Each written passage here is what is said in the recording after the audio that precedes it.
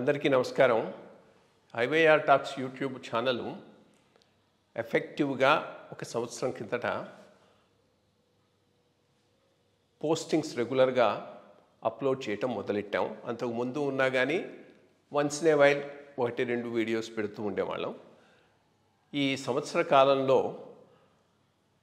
ఈ IYR talks subscribers base 3,000 నుంచి 33,000కు పెరిగింది. దీనిని ఆదరించినటువంటి మీ అందరికీ నా కృతజ్ఞతలు. జాతీయ, అంతర్జాతీయ, ప్రాంతీయ అంశాలపైన విశ్లేషణ ఇస్తూనే సామాజిక స్పృహతో పనిచేస్తున్నటువంటి వ్యక్తుల ఇంటర్వ్యూస్ కూడా దీంట్లో పోస్ట్ చేస్తూ ఉన్నాము. ఇదే రకమైనటువంటి ఆదరణ ఈ ఐవైఆర్ టాక్స్ ఛానల్కు మీరందరూ ఇస్తారని ఆశిస్తున్నాను. Thank you. అలాట్మెంట్ ఇచ్చి హైదరాబాదు వచ్చాం మసూరు నుండి. ఇక్కడ చీఫ్ సెక్రటరీ వాళ్ళు చెప్పారు, శ్రీకాకుళం మిమ్మల్ని కలెక్టర్కి సబ్ కలెక్టర్కి వేసాము, అక్కడికి వెళ్ళమని. అక్కడ విలేజ్ కర్ణం దగ్గర నుంచి జిల్లా పరిషత్ సెక్రటరీ వరకు 2 years ట్రైనింగ్ కంప్లీట్ చేసే సమయానికి పోస్టింగ్స్ వచ్చాయి, రెగ్యులర్ పోస్టింగ్స్ సబ్ కలెక్టర్. ఆ రోజుల్లో తెలంగాణ యాజిటేషన్ చాలా హై లెవెల్లో ఉందన్నమాట. మెదక్ వచ్చి జాయిన్ అయ్యాం. మెదక్లో ఫస్ట్ జాయింట్ కలెక్టర్. ఆ రోజుల్లో పరిస్థితి ఏంటంటే ఎన్జిఓస్, గెజిటెడ్ ఆఫీసర్స్ కూడా ఈ ఈ యాజిటేషన్లో జాయిన్ అయ్యారు. ఓన్లీ కొద్దిమంది ఆఫీసర్సే మిగిలేవాళ్ళు. అప్పుడు జిల్లా కలెక్టర్ వాళ్ళు 4 తప్ప ఎవరు అక్కడ కనపడేవాళ్ళు కాదు. జిల్లా కలెక్టరు మెదక్ సబ్ కలెక్టరే కాకుండా సిద్దిపేట ఆర్డీఓ ఆయన ఉండేవాడు. ఆయన ఎప్పుడు సెలవు పెట్టి వెళ్ళిపోతుండేవాడు యాజిటేషన్ వల్ల. ఆంధ్రవాడికి తెలంగాణ వాడే, కానీ ఆయన అక్కడ పరిస్థితులు అలా ఉన్నాయన్నమాట. సంగారెడ్డి అని జిల్లా హెడ్ క్వార్టర్స్ ఒక ఆయన ఉండేవాడు. ఆయన most of the time on లీవ్లో ఉండేవాడు. So I was sub collector Medak, RDO Siddipet and also RDO Sangareddy. అంటే ఎంటైర్ జిల్లాకి కలెక్టర్ లాగానే ఒకడే ఉండేవాళ్ళి. కలెక్టర్ గారు 2-3 వచ్చి వెళ్ళిపోయారు వాళ్ళు. ఆ విధంగా యాజిటేషన్ కంప్లీట్గా 2 years చూసి, యాజిటేషన్ ఆల్మోస్ట్ చివరికి వచ్చే రోజుల్లో జాయింట్ కలెక్టర్ విశాఖపట్నం చిత్తూరు వేశారు. అప్పుడు ఆ జయాంధ్ర మూమెంట్ జరుగుతుంది అక్కడ. జయాంధ్ర మూమెంట్లో కూడా it was handed over to almost army to handle law and order problems. అప్పుడు జిల్లా కలెక్టర్ గారు ఏమన్నారంటే, west side Chittoor to Madanapalle side నేను చూస్తాను, చిత్తూరు టు తిరుపతి విఐపీస్ వాళ్ళు వచ్చేదంతా నూజుడు పెద్ద జిల్లాలు ఆ రోజుల్లో, ఇప్పుడులాగా కాదు అవి. ఈస్ట్ నేను ఉండేవాడిని ఎక్కువ చిత్తూరు తిరుపతిలో క్యాంప్ చేసుకుంటూ అవన్నీ చేసేవాళ్ళం అనమాట. ఆల్మోస్ట్ మెడ్రాస్ బార్డర్ వరకు. ఆ విధంగా ఆ యాజిటేషన్ చూసి అప్పుడు చీఫ్ సెక్రటరీ గారు ఆయన ఒకనొకప్పుడు జిల్లా కలెక్టర్ చేశారు విశాఖపట్నం, వికే రావు గారు అని, ఈ కమ్యూనిస్ట్ గారు ఐసీఎస్ ఆఫీసర్ ఆయన. ఆంధ్ర స్టేషన్ టైంలో ఆయనే హ్యాండిల్ చేసింది కూడా. కరెక్ట్. ఆయన నాకు ఫోన్ చేసి ఆయన కొడుకు నేను క్లాస్ బ్యాచ్మేట్స్వి. ఇప్పుడు ఆల్మోస్ట్ 2 years అయిపోతుంది చిత్తూరు, చాలా బాగా చేసావు నువ్వు, ఏ జిల్లా వెళ్ళాలి నీకు అనే అభిప్రాయం ఉంటే, నాకు అభిప్రాయం ఏం లేదు సార్, వీలైతే ఇంకో జిల్లా మీ ఇష్టం వచ్చింది ఇవ్వాలంటే, నేను చిత్తూరు విశాఖపట్నం జిల్లా కలెక్టర్ చేశాను ఒకనొకప్పుడు. అప్పుడు విశాఖపట్నం జిల్లా కలెక్టర్ అంటే శ్రీకాకుళం, విజయనగరం, విశాఖపట్నం ఇప్పుడు ఇవన్నీ కలిసి ఒకే జిల్లా. విశాఖపట్నం జిల్లా కలెక్టర్ జాయింట్ కలెక్టర్కి వేశారు. అక్కడ జాయింట్ కలెక్టర్ చేసి అక్కడ గిరిజన కోఆపరేటివ్ కార్పొరేషన్ అని ఒకటి ఉండేది. అక్కడ ఎవరో ఉన్న ఆఫీసర్ ఏదో ప్రాబ్లం వచ్చి వెళ్ళిపోతే మళ్ళీ దానికి ఇన్ఛార్జ్ పెట్టి మళ్ళీ అక్కడి నుంచి ట్రాన్స్ఫర్ చేసి హైదరాబాద్ జాయింట్ సెక్రటరీ చేశారు ఇక్కడ. అప్పుడు ఎమర్జెన్సీ రోజులు అవి. ఆ రోజుల్లో ఆఫీసర్స్ ఎవరో సరిగ్గా పనిచేయటం లేదు, వాళ్ళని ఐడెంటిఫై చేసి ప్రీమెచ్యూర్ రిటైర్మెంట్ ఇవ్వాలి అని ఒక రూల్ పెట్టారు అప్పుడు. ఆ విధంగా రూల్ పెట్టి రోజు మీటింగ్లు జరుగుతుండేవి. ఒక మీటింగ్కి వెళ్తే ఆ లిస్ట్ ఆఫ్ ఆఫీసర్స్ ఏసీబీ వాళ్ళు, యాంటీ కరప్షన్ బ్యూరో వాళ్ళు లిస్ట్ ఇస్తున్నవాళ్ళు. The following officers are unsuitable to hold post అని ఇచ్చేవాళ్ళు without any signature. So meeting జరిగినప్పుడు నేను పాయింట్ రేజ్ చేశాను. వాళ్ళ రికార్డు చూస్తే 5-6 నెలల క్రితమే ప్రమోట్ అయ్యి ఉన్నట్టుగా ఉంది. మరి రికార్డు బాగుంటేనే కదా మనం ప్రమోట్ చేసింది. మరి ఇప్పుడు రిటైర్ చేయడానికి ఏసీబీ వాళ్ళు సూటబుల్ లేరంటారేమిటి అంటే, అప్పుడు దాని చైర్మన్ వెళ్ళి చీఫ్ సెక్రటరీ గారితో మాట్లాడి, వాళ్ళిద్దరు వెళ్ళి చీఫ్ మినిస్టర్ గారితో మాట్లాడారు. ఇప్పుడు ఏం చేయాలనేది చీఫ్ మినిస్టర్ గారు పిలిచారు. అప్పుడు సెక్రటరీ అంటే ఇప్పుడులాగా పెద్ద బిల్డింగ్స్ అవి కాదండి, చిన్న చిన్న బిల్డింగ్స్ ఉండేవి. చీఫ్ మినిస్టర్ గారు అడిగారు, మీరు ఏ బ్యాచ్ అది? వెంగళరావు గారు సీఎం. నాది 66 బ్యాచ్ సార్ అడిగారు. మరి 67 వాళ్ళు కూడా కలెక్టర్లు అయ్యారు, మీరు ఎందుకు వెళ్ళలేదన్నారు. అది మీరు చెప్పాలి సమాధానం, నేనేం చెప్తానంటే, అదే రోజు నన్ను పోస్టింగ్ ఇచ్చి జిల్లా కలెక్టర్ నెల్లూరు వేశారు. నెల్లూరులో 2 సంవత్సరాలు చేసి ఒక్క నిమిషం సార్, ఇక్కడ దాకా అక్కడి నుంచి మళ్ళీ సపరేట్గా మాట్లాడదాం.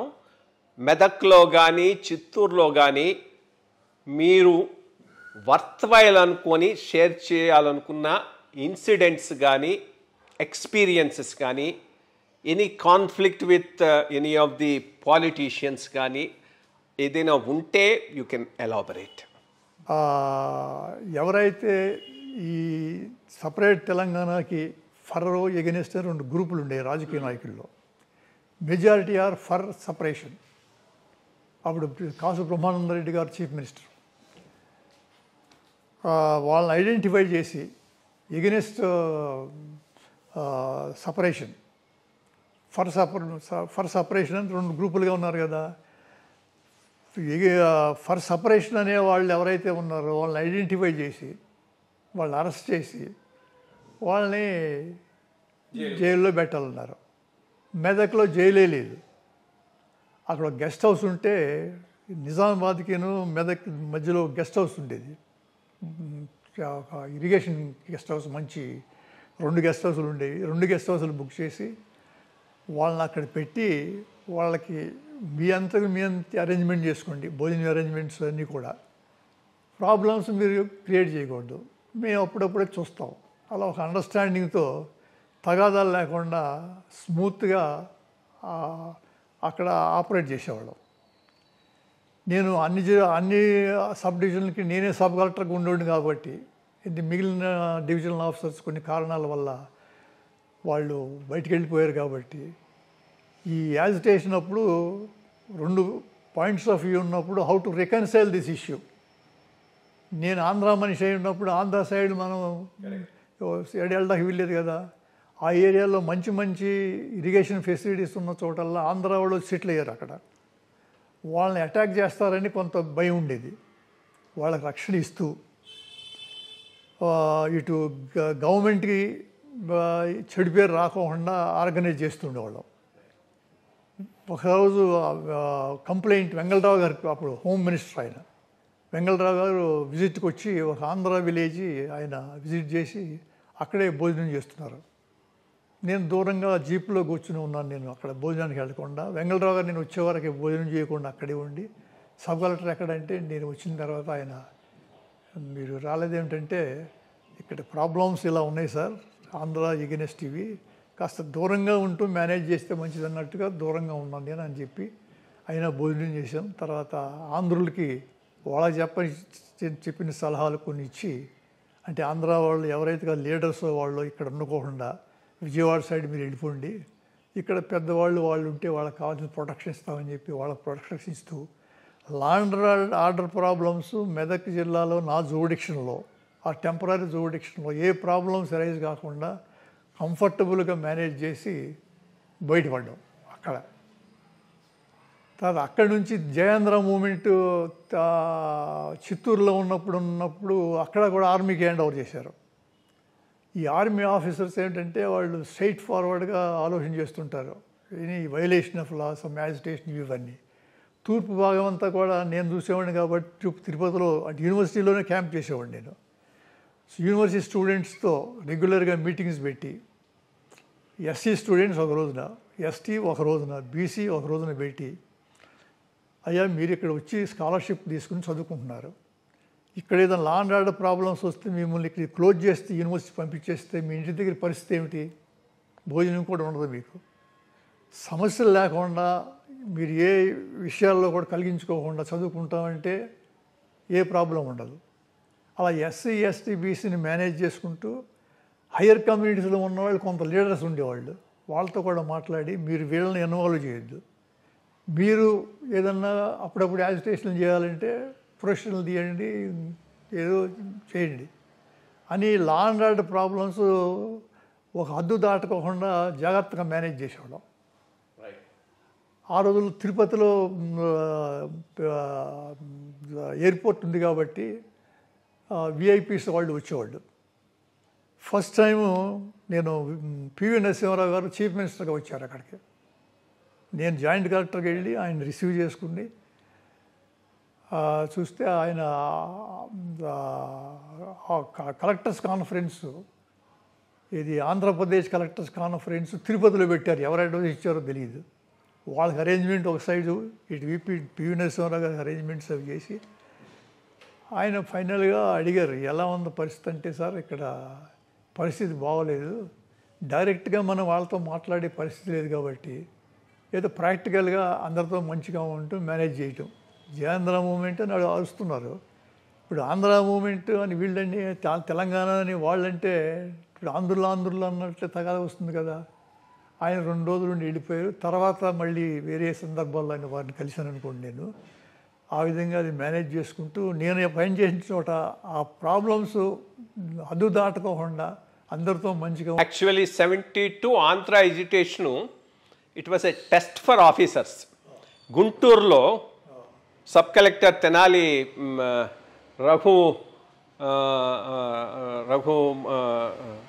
రావు గారు ఆయన ఆల్మోస్ట్ ఆల్ బండిల్ చేసి తీసుకుపోయినారు. అదొకటి. ఒంగోలులో టిఆర్ ప్రసాద్ గారు కలెక్టర్గా ఉంటే హౌస్ మీద రైడ్ చేశారు. సో ఆ పీరియడ్లో ట్యాక్ట్ఫుల్గా మేనేజ్ చేయడం అంటే సాధారణమైన విషయం కాదు. Both Andhra education as well as the earlier Telangana vegetation. In fact ఆ 66, 67 బ్యాచెస్ వాళ్లకు ఆ ఎక్స్పీరియన్స్ డిస్ట్రిక్ట్స్లో చాలా ఇంపార్టెంట్ ఎక్స్పీరియన్స్గా మిగిలిపోయి ఉంటుంది తప్ప.